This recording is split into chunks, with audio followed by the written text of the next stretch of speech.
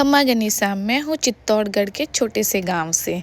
तो आज की सुबह होती सूर्य देवता के नमस्कार से। तो आज सूर्य देवता को दोग दिया, मम्मा कर रहे थे पूजा, मैंने भी भगवान से लिया आशीर्वाद। उसके बाद में चले गए अपने मिशन पर, यानी कि किचन के अंदर। वहाँ जाके पिया गर्म पानी, क्योंकि सर्दी चल रही है, गले में थोड़ा दर्द ना हो इसी वजह से पीना पड़ता है गर्म पानी।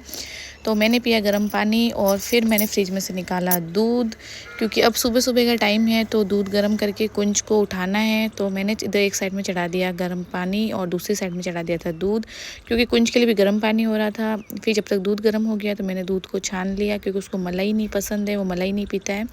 तो मैंने अच्छे से दूध को छान के और फिर रख दिया था। और फिर मैं चली गई तो उसके लिए पानी और दूध लेके किचन रूम के अंदर। रूम में पहुंची तो आराम से भाई साहब सो रहे हैं, क्योंकि वो सुबह सुबह उसका उठना बहुत उसको मुश्किल लगता है, इतना मासूम लगता है सोते हुए बच्चे। फिर उसने की पूजा और फिर वो जब नहा के आया था तो ऐसा लग रहा था। फिर उसने पराठे बनाए, मैंने उसने नाश्ता भी उसको करवा दिया था। फिर वो जा रहा था स्कूल तो वो बोल रहा है मम्मा मेरे को चॉकलेट दे दो, चॉकलेट दे दो, एक दे दो, दो दे दो, तीन दे दो। उसको चॉकलेट के दे स्कूल भेजा। फिर मैंने बना ली थी गरम गरम चाय, क्योंकि सर्दी का टाइम में चाय पीना बहुत पसंद है मम्मा को। और फिर मैंने बनाया दूध और चाय मेरे लिए। फिर हम दोनों बातें कर रहे थे, क्योंकि दो घर में बहू और सास जब तक बातें ना करे ऐसा हो ही नहीं सकता। फिर मम्मा चले गए थे बाड़े में गाय के और कुत्ते की रोटी लेके। फिर मैंने इन दोनों को साफ़ करके इनमें पानी चेंज कर दिया। फिर रोज़ का काम झाड़ू पोछे, क्योंकि पोछा और झाड़ू घर का बेसिक काम है, बहुत इंपॉर्टेंट काम है। इसके बिना तो घर में कुछ होता ही नहीं है, क्योंकि बच्चे खेलते रहते हैं, घर गंदा होता है, झाड़ू पोछा ज़रूरी। वो करके मैं चली गई थी नहाने, नहा के वापस आई। फिर मैं होने लगी रेडी।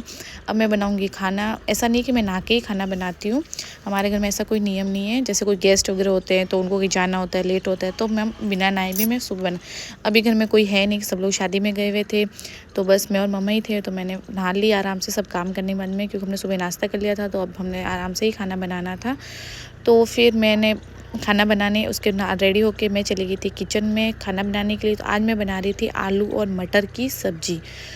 अभी मटर आ रहे हैं बहुत फ्रेश, तो मैंने आलू मटर की सब्ज़ी बनाई। मम्मा आ गए इतनी देर में, मम्मा बोल रहे हैं कि लाओ मैं रोटी बना देती हूँ, था सब्ज़ी बनाई दो। तो मैंने कहा ठीक है। फिर मैंने बना ली थी सब्ज़ी और मम्मा बनाने लगे थे रोटी। मम्मा बना रहे थे रोटी।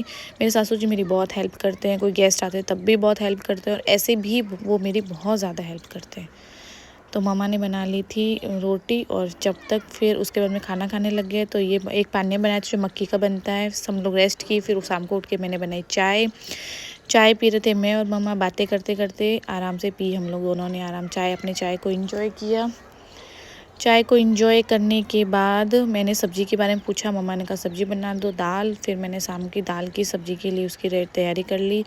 फिर मैंने शाम को खाना वाना अच्छे से पूरा बना लिया था। फिर हम रूम के टीवी वाले रूम में आ गए। कुंज और मम्मा आराम से खाना खा रहे थे और टीवी देख रहे थे। भगवान का बहुत बहुत शुक्रिया कि हमें इतनी अच्छी फैमिली मिली। Thank you so much. कल के ब्लॉग में